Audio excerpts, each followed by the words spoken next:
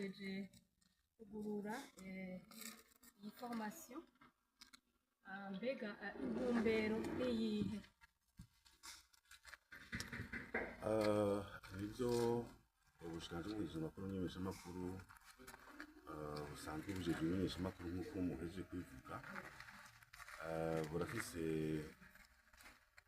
uruhara rukomeye cyane rwose kugira ngo abamenyeshamakuru bashobore kuronka ubumenyi bukwiye bubatuma bashobora kumenyesha amakuru hisunzwe amategeko n'ingingo zijejwe guhagararira umwuga. Bisigura yuko izi nyigisho ari inyigisho zitanguye mugabo zizobandanya.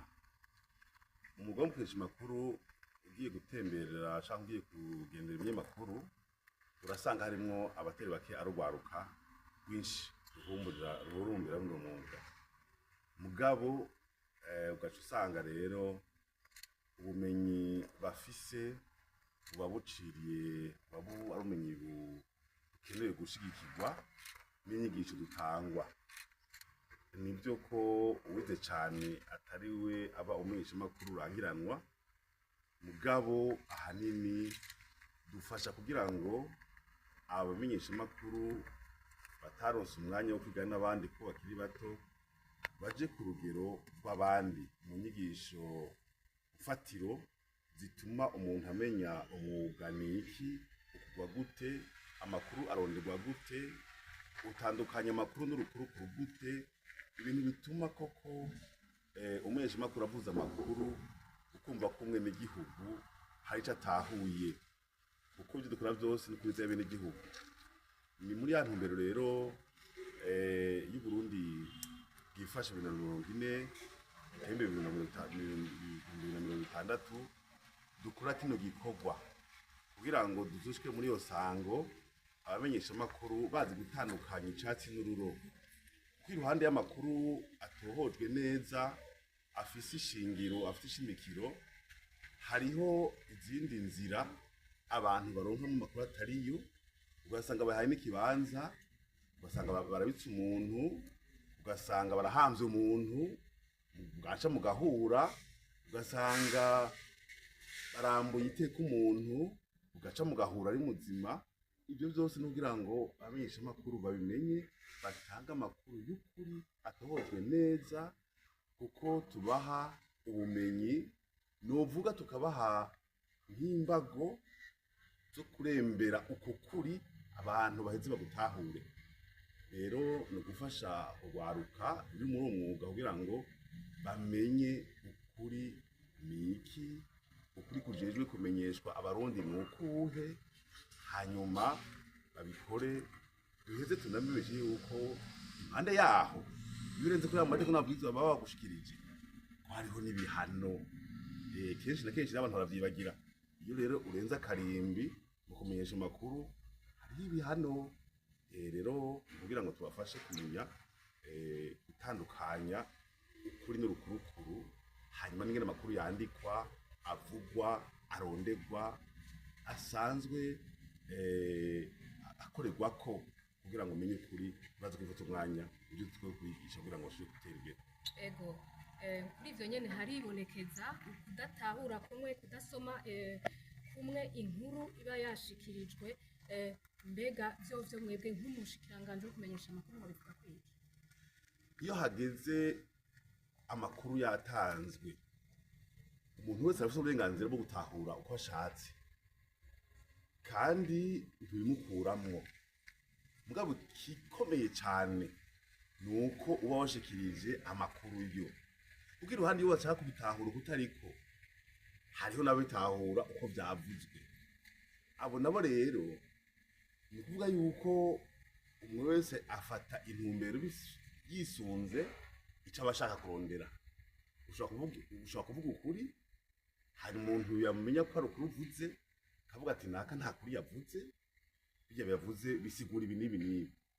Aho twebwe nk'uruhara rw'abamenyeshamakuru tujejwe gutanga amakuru y'ukuri yatohojwe neza, kujejwe kusesangura cyangwa no kwitiranya ibintu, ibyo niba bikituraba ariko kandi iyo ubutungane bumufashe kubera yuko yahuguje mu gutahura cyangwa agakora ibitandukanye n'ibyavuzwe n'ukuri, aho ntihaca bisubira imbere y'ubutungane, kuko amategeko arahari. Ushobora kuja kubesha abantu wumvise bavuze mu radio ngo werekane ivyo bavuze mu radio cyangwa muri televiziyo ngo byavuzwe ku hama nawe utahura ibindi. Muri ico gihe rero wewe wavuze ukuri ubona bacabazwa n'ubutungane, kuko amategeko arahari ajeje guhana abahuguza mu gutahura ibintu ko bitari. Iyo ari abamenyesha amakuru naho, kuba umumenyesha amakuru rero ni kosa rikomeye cyane kudatahura amakuru. Ni ukuvuga ko mu ijambo rimwe ubikora ibindi ubikora ibindi. Umumenyesha amakuru ntagomba kuhuguza, niyo ahuguje arashobora kuvuga ati jewe nihenze murambabarira, akavyandika. Nimba ari inkuru yatanditse ariyo arandika yerekana ko yihenze, agasaba imbabazi ababisomye canke abavyumvise canke ababibonye, agasaba imbabazi. Uko ukuri ni kumwe, nta kuri kubiri kubaho. Rero iyo umumenyesha amakuru yihenze hariho inzira bicamo, agasaba imbabazi, agasaba ikigongwe. Aho naho iyo abikoze mu kiringo gitekanijwe arashobora kubabarirwa. Iyo ageze akagazo naho no muri code de conduite canke izi ngingo dushiraho zifasha abamenyesha amakuru gukora, hariho abavuga n'abanyamakuru bashobora kumucira umukenke bati umuntu n'umubeshi, bakamushaka ku ruhande bati urashobora gukora ikintu cyose cyose kiretse kumenyesha amakuru. Ivyo birabaho. Excellence, Monsieur le Ministre, vous venez d'ouvrir cette formation pour les journalistes. Quel est l'objectif visé?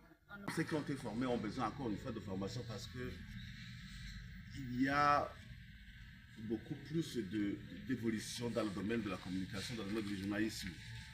Alors, cette formation normalement vise ces jeunes journalistes qui n'ont pas eu la chance d'apprendre, au même dire que les autres, le métier du journalisme. Parce que vous savez que les médias,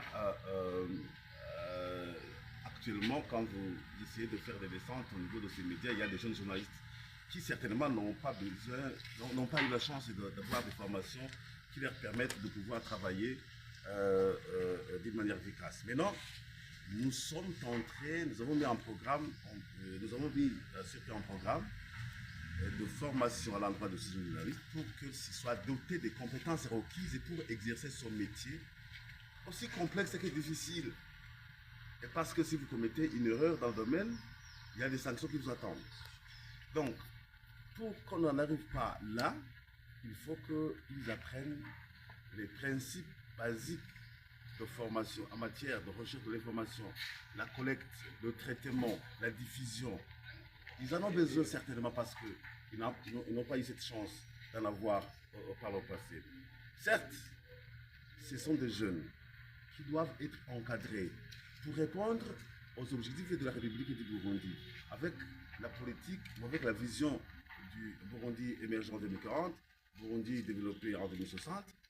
Il faut qu'on en arrive là avec des journalistes professionnels, capables de détecter, de crypter même l'information, de savoir qu'est-ce qu'il faut diffuser, comment est-ce qu'on cherche une information, comment est-ce qu'on distingue une information d'une fake news, qu'est sur le plan journalistique, qu'est sur le plan des réseaux sociaux. Il faut qu'ils sachent quel est mon rôle, comprendre quel est le rôle des journalistes dans cette société. C'est de chercher une information vérifiée et permettre à ce que les gens puissent consommer l'information réelle, vérifiable, donc qui leur permettent de pouvoir se construire. Donc, la formation est une série que nous lançons et qui va continuer parce que vous savez que dans les médias, il n'a fait que ces jeunes journalistes, ces jeunes qui viennent justement à exercer ce métier. C'est un métier qui est convoité, mais est-ce qu'ont-ils des outils incontournables pour exercer ce métier? Certainement pas. Il faut donc les accompagner. Il faut donc les former. Il faut donc les doter des outils qui leur permettent de pouvoir distinguer du vrai du faux. Parce que nous savons que nous sommes dans un monde qui évolue où les deepfakes, les fake news font la une alors que l'information est là. Et nous avons aussi également ce défi que même l'information véridique, l'information vérifiée, puisse être cryptée ou décryptée d'une manière négative. Donc, on vous dit que c'est faux. Mais quel journaliste donne la vraie information et puis c'est lui qui en aura donc utilisé de manière abusive puisse être interrogé par la justice.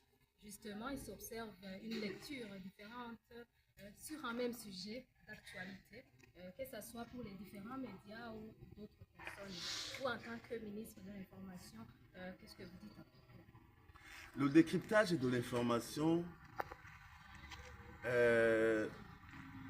dépend de celui qui le décrypte et puis son intention ou sa vision ou ses intérêts.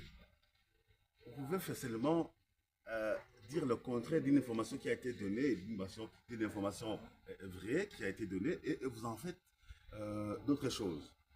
Là, si vous décryptez de votre manière, c'est démocratique, vous êtes libre de le faire, mais à condition que ça ne détourne pas de la réalité de l'information et surtout l'influence que tu peux avoir sur la population d'une manière négative. Certes que la justice peut faire son travail, parce qu'il y a des mesures à côté du journalisme, il y a aussi des mesures qui peuvent être prises, il y a des instances. Vous-même au niveau des journalistes, je sais que vous pouvez facilement prendre des décisions, dire écoutez, vous pouvez faire autre chose que le journalisme, parce que vous avez un esprit de mensonge en vous. Donc vous détournez l'information, donc vous cryptez l'information selon vos intentions, selon votre vision, et cela n'est pas nécessairement un besoin pour la population, parce que la population a besoin de trouver l'information véridique. Asante sana.